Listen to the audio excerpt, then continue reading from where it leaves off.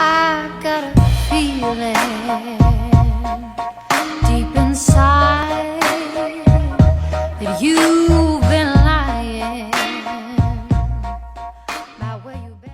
Puji syukur kepada Tuhan Yang Maha Kuasa atas anugerah, pertolongan, dan perkenanannya sehingga makalah ini boleh tersusun sampai selesai.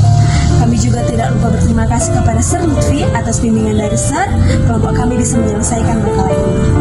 Melalui makalah ini kami berharap penonton bisa mendapat pengetahuan, wawasan yang lebih luas. Melalui makalah ini ada manfaat yang diperoleh dan memberikan motivasi atau inspirasi bagi penonton. Latar belakang peristiwa Merah Putih Manado adalah salah satu peristiwa bersejarah yang terjadi pada tanggal 14 Februari 1946. Peristiwa ini merupakan perlawanan rakyat Sulawesi Utara, tepatnya rakyat Manado terhadap tentara Belanda yang mencoba menguasai kembali wilayah tersebut. Setelah proklamasi kemerdekaan Indonesia pada 17 Agustus 1945. Tetapi pada 21 Agustus 1945, berita proklamasi kemerdekaan Indonesia baru terdengar oleh rakyat di Sulawesi Utara. Begitu rakyat mendengar kabar baik tersebut, mereka segera mengibarkan bendera merah putih di setiap area. Pada awal Oktober 1945, tentara sekutu bersama dengan Nica datang ke Manado karena mereka ingin mengembalikan kekuasaan Belanda di wilayah tersebut. Tentara sekutu dan Nica berhasil menduduki Manado dan beberapa daerah lainnya di Sulawesi Utara dengan bantuan dari sebagian pasukan KNIL. Mereka juga mengganti bendera merah putih yang telah dikibarkan oleh rakyat Indonesia dengan bendera merah putih biru milik Belanda. Perlawanan rakyat Sulawesi Utara terhadap Belanda dimulai sejak akhir tahun 1945. Beberapa tokoh pejuang yang berperan penting dalam peristiwa ini antara lain adalah Letnan Kolonel Paulu, Sersan Wisan, Kapten Runtu Wene, Kapten Runtu Rambi, dan Mayor Tumono. Mereka membentuk barisan pejuang dan laskar rakyat yang terdiri dari mantan tentara Jepang, mantan tentara Peta, mantan tentara Hino, pemuda pelajar, dan rakyat biasa. Mereka juga mendapat dukungan dari sebagian pasukan KNIL pribumi yang membelot dari Belanda. Kronologi, pada tanggal 7 Februari 1946, para pejuang menyusun rencana untuk menyerbu markas militer Belanda yang berada di Teling, Manado. Rencana ini dilakukan secara rahasia dan hanya diketahui oleh beberapa orang saja. Namun, sebelum penyerbuan terlaksana, para pimpinan pasukan tertangkap oleh tentara Belanda termaksud Charles Taulu dan Sersan Wisan. Akibatnya, pemberontakan ke markas militer Belanda dialih tugaskan kepada Komando Mambi Runtukahu yang memimpin anggota NKIL dari orang Minahasa. Berkat Komando Mambi, bersama rakyat Manado, mereka berhasil membebaskan Charles Taulu dan Sersan Wisan serta beberapa pimpinan lainnya yang tertawan. Pada tanggal 14 Februari 1946, sekitar pukul 4 WITA, serangan dimulai. Para pejuang berhasil mengejutkan tentara Belanda yang sedang tertidur pulas. Mereka menembaki pos-pos penjagaan dan gedung-gedung markas Belanda dengan senjata api dan bambu runcing. Pertempuran sengit pun terjadi di antara kedua belah pihak. Para pejuang berjuang dengan gigih meskipun mengalami keterbatasan persenjataan dan amunisi. Mereka juga tidak gentar menghadapi serangan udara dari pesawat-pesawat Belanda yang membombardir posisi mereka. Para pimpinan pasukan Belanda berhasil ditangkap.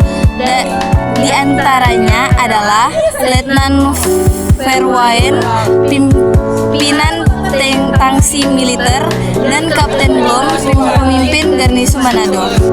Tujuan peristiwa tersebut merupakan bentuk perlawanan rakyat Sulawesi Utara untuk mempertahankan kemerdekaan Indonesia serta menolak atas provokasi tentara Belanda yang menyatakan bahwa proklamasi kemerdekaan pada tanggal 17 Agustus 1945 hanya untuk Pulau Sumatera dan Jawa Semat.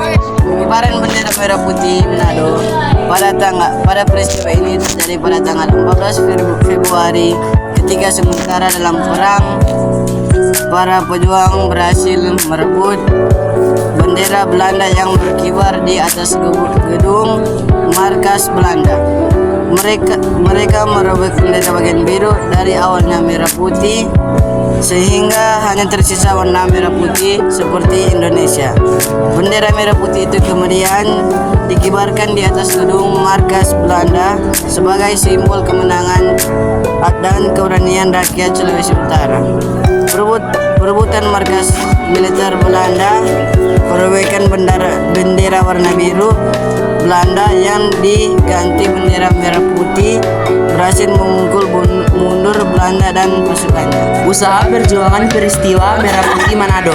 Rencana yang telah disiapkan oleh para pejuang pada tanggal 7 Februari 1946 ternyata diketahui oleh pasukan Nica. Mereka menangkap para anggota BPNI, kemudian menangkap para tokoh KNIL pada 10 Februari 1946. Akan tetapi para anggota KNIL lainnya masih berusaha mencari jalan untuk melakukan pemberontakan.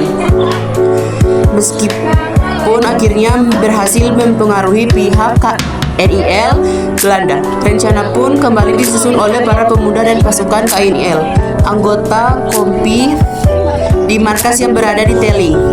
14 Februari 1946, penyerangan besar-besaran dilakukan dan berhasil merebut gudang persenjataan atau amunisi di asrama Teling 1. Dampak peristiwa Merah Putih Manado. Yang pertama bagi dunia, yaitu peristiwa Merah Putih meyakinkan dunia bahwa perjuangan kemerdekaan Indonesia milik seluruh rakyat dari Sabang sampai Merauke. Yang kedua bagi Indonesia, yang pertama, perlawanan warga Manado kepada Belanda memberi dampak negatif positif. Yang ketiga, bagi Manado. Namun peristiwa ini juga menimbulkan korban jiwa yang cukup besar dari kedua belah pihak. Kesimpulan, meskipun demikian, peristiwa ini tidak menghentikan perjuangan rakyat Sulawesi Utara untuk mempertahankan kemerdekaan Indonesia. Mereka terus berjuang hingga akhirnya Belanda mengakui kedaulatan Indonesia pada tahun 1949. Peristiwa ini merupakan salah satu peristiwa bersejarah yang patut dikenang dan dihormati oleh bangsa Indonesia.